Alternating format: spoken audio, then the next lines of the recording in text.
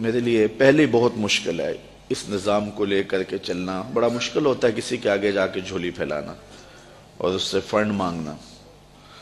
مجھے بڑی اچھی طرح یاد ہے کہ ایک دفعہ میں ایک شخص کے پاس گیا تھا تو وہ گھومنے والی کرسی پہ بیٹھا تھا اور رخ پھیر کے دوسری جانب کر کے ساتھ والے ساتھی کو کہنے لگا آپ کا کیا حال ہے. تو میں وہیں سے اٹھ کر کے آ گیا تھا. تو میں نے اپنے طلباء سے کہا تھا کہ بھوک کاٹ لو گے لیکن میں دوبارہ کسی کے پاس کسی کے گھر میں جا کے نہیں مانگنا ہے. ہم اتنے پریشان تھے کہ حال دل سوزاں، ان سے بھی کہا کہ جو غم گسار نہ تھے. خیر میں نے ایک بات اس کو ضرور کہی تھی. میں نے اس کو یہ کہا تھا کہ میں اللہ کے فضل سے اپنی ذات کے لیے ایک پائی کا بھی روادار نہیں ہوں. یہ سوکھا کام نہیں ہے، بڑا مشکل کام ہے. میں اس پورے مجمع میں کہہ رہا ہوں، پوری دنیا میں کہتا ہوں کہ کوئی ایک شخص بھی اٹھ کر کے میرا طلب کرنا تو دور کی بات ہے، میرے رویے کا لالچ بھی بتا دے تو میں دین کا کام کرنا چھوڑ دوں گا. میرے رویے کا لالچ بھی کوئی بتائے، یہ چھوٹی بات نہیں ہے، بہت بڑی بات ہے. میرے والد گرامی نے مجھے جو وصیت کی تھی وہ یہ تھی کہ بیٹے دین کو کاروبار نہیں بنانا. اگر شوق آ جائے دولت جمع کرنے کا، اگر یہ طلب دل میں جاگ جائے تو پھر کاروبار ہی کر لینا. آپ کو اللہ نے ہاتھ پاؤں دیے ہیں، کوئی کاروبار کر لینا، دکان پہ بیٹھ کے رزق کما لینا. تو دین کو جو ہے وہ روزی کا اڈا نہیں بنانا. تو اللہ کے فضل سے آپ نے میرے رویے سے بھی، میرے طرز زندگی سے بھی یہ بات نہیں دیکھی ہوگی. اور یہ بات کہنا بہت مشکل ہے جب علم کی بولیاں لگ رہی ہوں اور جب 50,000 ہزار روپے کے اندر تقریریں بک رہی ہوں تو ایک بندہ سویر سے لے کے شام تک کالا کالا رسول اللہ کا نغمہ لے کر کے گھومے تو یہ بہت بڑی سعادت ہے. تو میں تو اپنی ذات کے لیے بھی کبھی جو ہے وہ کوئی ہلکا اشارہ بھی کرنا مناسب نہیں سمجھتا ہوں. اور اللہ نے دل کو یہ استغنا کی دولت دی ہے تو میں نے اس کو جو ہے وہ ایک شعر بجوا دیا تھا. میں نے کہا میں بڑا غیرت مند شخص ہوں اور خوددار آدمی ہوں لیکن میں ان بچوں کے لیے جھولی پھیلانے کے لیے آپ کے پاس آیا تھا. آپ نے جو رویہ میرے ساتھ رکھا، چلو وہ آپ کا انداز ہوگا اور آپ کا بھی شاید قصور نہیں ہے، آپ ایک آنکھ سے سب کو دیکھنے کے عادی ہوں گے. تو میں نے کہا تھا کہ میرے سوال کی عظمت تو دیکھ، میرے سوال کی عظمت تو دیکھ، خیرات نہ دے حسن طلب کی داد تو دے. میں نے کہا یہی دیکھتا کہ ایک شخص کس طرح تیرے پاس آیا ہے. خیر اللہ تعالیٰ جل شانہ کی بارگاہ میں ہم نے دعا مانگی تھی کہ مالک ہمیں کسی کا محتاج نہ کرنا. یہ سلسلہ جو آپ کے سامنے ہے انشاءاللہ یہ بہت جلد پایا تکمیل تک پہنچے گا. میرے عزیز نے بات کی، آج سے 4 ماہ قبل کی بات ہے کہ ایک پراپیگنڈا کے طور پہ پورے شہر میں یہ بات پھیلا دی گئی کہ یہ جگہ جو ہے یہ بیچ کے کھا گئے ہوئے ہیں. تو مجھے افضل کہنے لگا، میں جمعہ پڑھانے کے لیے ممبر کی جانب جا رہا تھا تو مجھے کہنے لگا کہ آج جمعے میں آپ نے وضاحت کرنی ہے کہ جگہ ہم نے نہیں بیچی ہے، یہ محض پراپیگنڈا ہے.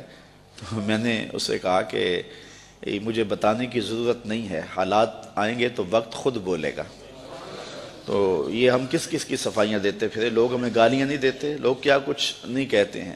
تو جو کسی کے من میں ہے وہ کیا، کسی نے کہا نصیب اپنا اپنا مقام اپنا اپنا، کیے جاؤ میں خار و کام اپنا اپنا. اب تو لوگوں کا محبوب مشغلہ بن گیا ہے ہمیں چھیڑنا، ہمیں تکلیف دینا، ہمیں اذیت پہنچانا. یہ ایک آپ کے شہر میں ایک شخص آ کر کے بڑی لمبی زبان سے یہ بات کر کے گیا ہے کہ رضا ثاقب نے تو دین کی لوٹ سے لگا دی ہوئی ہے اور وہ دہائی دیتا پھرتا ہے کہ پانڈے کلی کرا لو، مفت تقریراں کروا لو.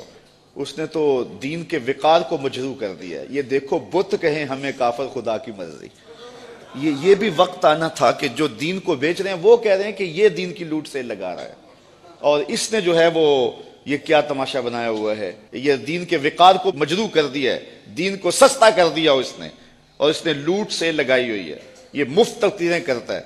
تو میں نے کہا صاحب میں کب مفت تقریریں کرتا ہوں، یہ تمہیں غلط فہمی ہے کہ میں مفت تقریریں کرتا ہوں. تم تو 40,000 میں بک جاتے ہو اور میرے سامنے تو بندہ اپنا آپ بیچ دیتا ہے، ساری زندگی پیچھے پیچھے رہتا ہے. تم تو 40,000 میں اپنا سودا کر لیتے ہو، وہ تو ساری زندگی نام لگا دیتا ہے.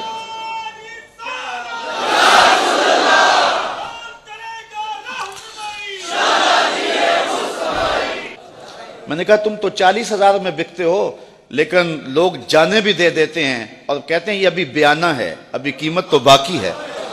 تو میں نے کہا کون کہتا ہے کہ ہم مفت تقریریں کرتے ہیں؟ یہ سازش ہے کہ ہم مفت تقریریں کرتے ہیں۔ لوگ تو اپنی جان بھی وارنے کے لیے تیار ہیں۔ یہ رات بھی لوگ موجود تھے، عصر کے بعد بھی تھے، سحری کے دم بھی تھے، اس وقت آج بھی ابھی تک بیٹھے۔ کون آتا ہے؟ کس کے پاس وقت ہے؟ کیا عمرے کے ٹکٹ رکھے جاتے ہیں کہ لوگ جمع ہو جائیں، کیسی کیسی سریلے آوازیں لگائی جاتی ہیں لوگ جمع ہوں؟ یہ میرے پاس کیا ہے؟ لفظ بھی ٹوٹے ہوئے، لہجہ بھی سلامت نہیں ہے، لیکن یہ طلبہ ہیں تو کھچے چلے آ رہے ہیں، کہاں کہاں سے آ رہے ہیں، محبت کرنے والے ہیں کہ سب کچھ نچھاور کر رہے ہیں۔ جو شخص آگے سے جواب نہ دے تو لوگ سمجھتے ہیں کہ اسی کو مارو اور اسی کی تذلیل کرو۔ اور دوسری بات یہ ہے کہ جب کام ہوتا ہے تو مخالفت بھی ہوتی ہے۔ یہ 108 بچے فارغ ہو رہے ہیں، اصل مخالفت تو اب شروع ہوگی۔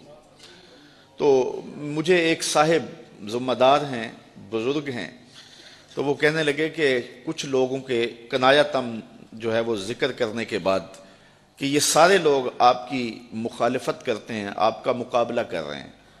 تو میں نے بڑے حیرت سے کہا میرا مقابلہ تو نہیں کر رہے۔ کہنے لگے نہیں تم بولے آدمی، تمہیں نہیں پتا، یہ تمہارا مقابلہ کر رہے ہیں۔ میں نے کہا صاحب میرا مقابلہ نہیں کر رہے۔ کہنے لگے نہیں تمہیں نہیں پتا، یہ تمہارا مقابلہ کر رہے ہیں، اور کھلے اور کچھ باتیں انہوں نے سنانے چاہیے۔ میں نے کہا کیسے مقابلہ کرتے ہیں؟ میں ایک مہینے میں 70 درس دیتا ہوں، اگر یہ 71 دے تو مقابلہ ہونا۔ میں 70 ایک مہینے میں اللہ کی توفیق سے درس دیتا ہوں، اگر یہ جو ہے وہ مقابلہ کریں تو 71 یا 72 دیں تو مقابلہ ہوگا۔ تو آج اللہ نے ہمیں توفیق دی ہے کہ 108 طلبہ فارغ ہوئے ہیں۔ اگر کوئی مقابلہ کرنا چاہے ہمارا تو ہمیں خوشی ہوگی کہ وہ 109 فارغ کرے۔ کاش کہ ایسے مقابلے کا ماحول پیدا ہو جائے۔ فاستبقوا الخیرات، اس مقابلے کی ترغیب تو رب نے بھی دلائی ہے۔ نیکی کے کاموں میں ایک دوسرے سے آگے بڑھنے کی کوشش کرو۔ کاش کہ اس طرح کے مقابلے کا ماحول پیدا ہو جائے تو یہ ہمارے لیے خوشی کی